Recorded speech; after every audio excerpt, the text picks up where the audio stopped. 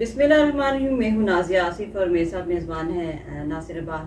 اچھا, ابھی کی سچویشن بڑی انٹرسٹنگ ہو چکی ہے کیونکہ اسلام آباد جو ہے وہ پہلے بہت ہائی الرٹ تھا, لیکن ابھی ہم جو سروے کیا ہے اس میں دیکھا ہے کہ اب تھوڑی جو بہت ریسٹرکشن تھی وہ کم کر دی گئی ہیں. اور لیکن دوسری طرف جو امریکہ کے جو وقت ہے وہ بھی ابھی تک نہیں پہنچا, اور ایران کی طرف سے بھی اسی طرح کچھ صورتحال ہے کیونکہ سیز فائر میں کافی کم ٹائم رہ گیا ہے, کیونکہ پاکستان کے مطابق تو یہ 4:30 بجے ٹائم ختم ہو جائے گا, لیکن ابھی تک کوئی اس کا حتمی اعلان نہیں ہوا اور سچویشن کوئی ابھی تک کلیئر نہیں ہوئی. اس وجہ سے ہم بات کرتے ہیں کہ جہاں پہ ہم نے اتنے انتظامات کیے, ثالثی کا رول بھی پلے کر رہے تھے, لیکن دوسری طرف کچھ چیزیں سامنے آ رہی ہیں جو کہ کچھ امریکہ کی بھی مداخلت ہے, جس کی وجہ سے ایران میں بد اعتمادی کا ایک عنصر ہم نے سامنے دیکھا.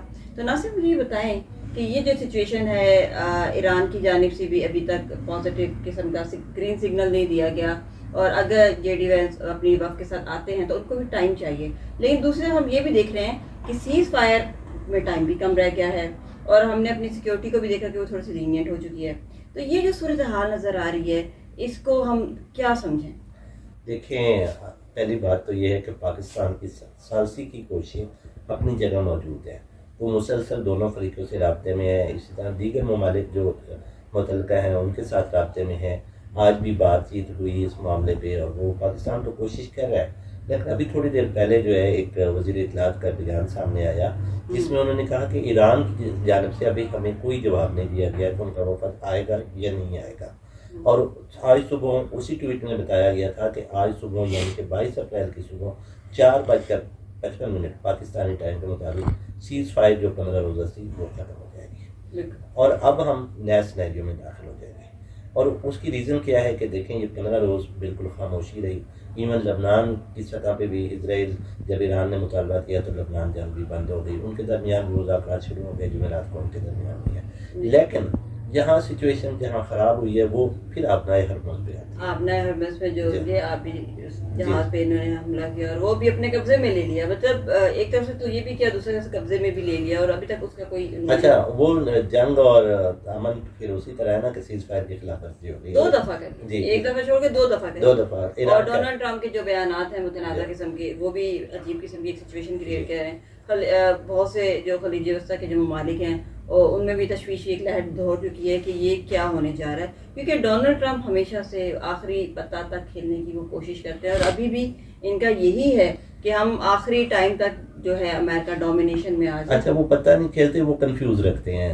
یہ بھی ایک امریکن اسٹریٹجی رہی ہے, ماضی میں بھی دور نے کی ہے کہ وہ اچانک نہ سرپرائز دیتے ہیں اپنے مخالفین کو. اور آپ دیکھیں تو جب سے یہ سیز فائر بلکہ جنگ جس دن سے شروع ہوئی ہے 40 دن سے زائد عرصہ ہو گیا, تو اس دوران مسلسل جو صدر ٹرمپ تھے وہ بیانات بدلتے رہے. روز وہ کہتے ہیں کہ آج جنگ ختم ہو جائے گی, بڑی جلدی ختم ہونے, اچھا وہ ایسا ہونے جا رہا ہے. 40 دنوں میں اتنے بیان دیے ہیں اس طرح کے, اور ان چیزوں کا ایفیکٹ آپ کے تیل کی پرائسز معیشت, مطلب خلیجی ممالک میں یہ اب کوئی بھی اتنا متحمل نہیں ہو سکتا کہ اس چیز کو مزید افورڈ کر سکے. ایون کہ امریکہ اور ایران بھی اس قابل نہیں ہے کہ اس جنگ کو مزید افورڈ کر سکے, لیکن ان دونوں کے جو تحفظات ہیں, ایک دوسرے کی جو کوارڈینیشن ہے, یہ چیزیں تھوڑا سا مسئلہ کر رہی ہیں. دیکھیں نا آج صدر ٹرمپ نے خود ہی کہا ہے کہ جی متحدہ عرب امارات نے اس سے کہا ہے کہ کرنسی سویپ کریں ہم نا, تو وہ کہہ رہا ہے کہ اس کو میں سوچوں گا اور میں وہ دوست ہے تو میں کر دوں. تو حالانکہ سب سے زیادہ ہم متحدہ عرب امارات کو بھی سمجھتے تھے امیر ملک, بہت سارے اس میں پاکستانی جانا پسند کرتے تھے, لیکن وہی متحدہ عرب امارات چند روز پہلے ہم سے پیسے جو لینے تھے $2 ارب ہم نے واپس کیے, اور اس کی یہی سچویشن تھی کہ اس کی مالی حالت خراب ہو گئی. یہی باقی ملکوں کے جو بھی جنگ میں ملوث ہیں ان کے ساتھ ان کے حالات کافی مطلب وہ ویسے نہیں رہے, اور وہ بھی یہی چاہتے ہیں کہ امن ہو. لیکن اب کیونکہ پاکستان بھی اپنی طرف سے کوشش کر رہا ہے, اور دیکھتے ہیں کہ یہ جو ہے ہم اس میں کتنا کامیاب ہوتے ہیں. لیکن دوسری طرف ہم دیکھیں تو اسلام آباد کے جو باسی ہیں وہ بھی ایک عجیب قسم کی کشمکش میں ہیں.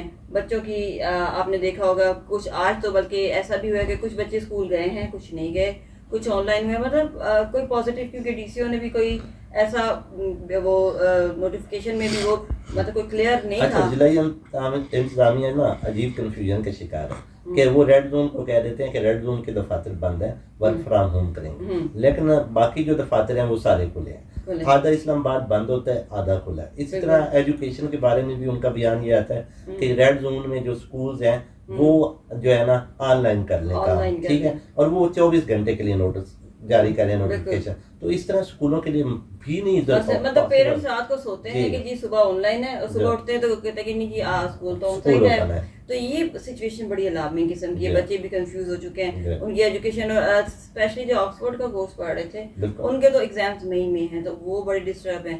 اچھا کچھ لوگ جو میٹرک ایگزامس دے رہے تھے ان کا بھی مطلب وہ بھی فونے کر رہے ہوتے ہیں. اچھا اس میں متعلقہ تعلیمی حکام کا بڑا مسئلہ ہے نا. دیکھیں ہماری یونیورسٹیز نے ڈیسیژن کر لیا, تو انہوں نے کہا جی ہم آن لائن کلاسز دیں گے, ہو گیا. لیکن ایف ڈی ہمارا فیڈرل ڈائریکٹوریٹ آف ایجوکیشن ہے, یہ ہمارے ایجوکیشن جو وزارت ہے ان کی طرف سے یہ ڈیسائیڈ ہی نہیں ہو پایا کہ ہم نے کیا کرنا ہے. تو وہ جیسے نوٹیفکیشن ڈی سی آفس آتا ہے اسی کو فالو کرتے ہیں, تو ٹائم ہی نہیں ہوتا کہ جب رات کو 11 بجے نوٹیفکیشن آئے گا تو صبح وہ کیسے فالو کریں گے. اچھا ناصر, یہ مزید بات ہے کہ اگر آپ بلو ایریا جائیں تو کچھ جگہیں خاکدار تاروں سے ان کو بند کیا ہوا ہے, اور اسی سے اگلے موڑ پہ جائیں تو وہ روڈ کھلا ہوا ہے.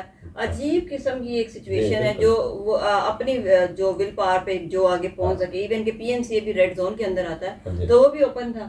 تو کچھ اور بعض بلو ایریا میں جیسے فریسکو یہ وہ بھی بند ہمیں دکھائی دی. کچھ آفیسز بالکل ہی کارڈن آف بند ہوئے ہوئے تھے. تو یہ مطلب یہ سچویشن ایسی ہے کہ کہیں کھلے ہوئے کہیں بند ہیں. یہ مطلب اپنے اس پہ کیپیسٹی بھی جو بھی دیکھیں ہم ایک اچھا کردار ادا کر رہے ہیں, اور ہمیں جو ہے نا اپنے اداروں کے ساتھ کھڑا ہونا ہے, سیکورٹی میجرز کے ساتھ کھڑا ہونا ہے. آپ نے دیکھا ہم نے پچھلے 2-4 دن جو رپورٹنگ خاص طور پہ پاکستانی صحافی کر رہے ہیں وہ بالکل اس کے پہ عمل کر رہے ہیں کہ ہم سچائی دیں, سب کچھ دیں. لیکن بعض سچویشنز ایسی ہیں جہاں اوور ایکٹ کیا جا رہا ہے. یہ چیزیں جو ہے ضلع انتظامیہ کے اندر آتی ہیں, انہیں دیکھنا چاہیے. سیکورٹی کے لیے ضرور کریں, ضروری ہے, لیکن ابھی آئے نہیں ہیں. 3 دن تو گزار چکے ہیں. اسی کا دیکھیں ہمارے سیکورٹی اہلکار میں ابھی بھی دیکھی تھی روڈ پہ وہ کھڑے ہوئے ہیں, اور بیچارے کھانا ان کا جس طرح سے آ رہا ہے. یہ سارا ایک پروسیجر ہے, ٹھیک ہے. ایک طرف تو ایجوکیشن کی بات ہے. اب ہم پیٹرول والے سسٹم کی طرف جائیں تو پیٹرول پمپ بھی آپ کو کہیں بند نظر آیا آپ کو, تو وہ بھی ایک عجیب قسم کی کشمکش تھی.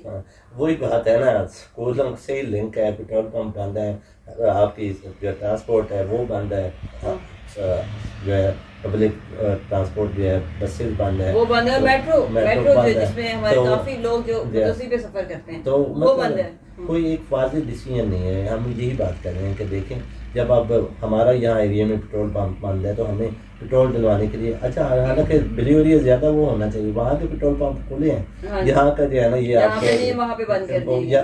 تو وہ ایک عجیب قسم کی سچویشن ہے. اور اچھا اب ہم یہ دیکھیں کہ جیسے ریڈ زون جو کہتے ہیں کہ بہت ہائی الرٹ ہے یہ وہ, لیکن اب اس کے اندر جو پی این سی تھا وہ کھلا ہوا تھا, کچھ اور جگہ دیگر عمارات تھی وہ بھی کھلی ہوئی تھی. تو یہ سچویشن جو لینئنٹ قسم کی جو سیکورٹی ہے, اس کا مطلب جو ہے کہ مطلب ابھی تک جے ڈی وینس اور جو ایران کی طرف ہے ابھی تک ان کا کوئی آمد کا کوئی سلسلہ ہمیں دکھائی نہیں دیتا. لیکن پھر بھی ہم پر امید ہیں کہ ہم اسلام آباد ثالثی کا رول پلے کرے گا ہی کرے گا, اور جو اسلام آباد کے باسی ہیں, ایون کہ پنڈی کے بھی باسی ہیں, وہ بھی اس قربانی میں پورے شامل ہیں.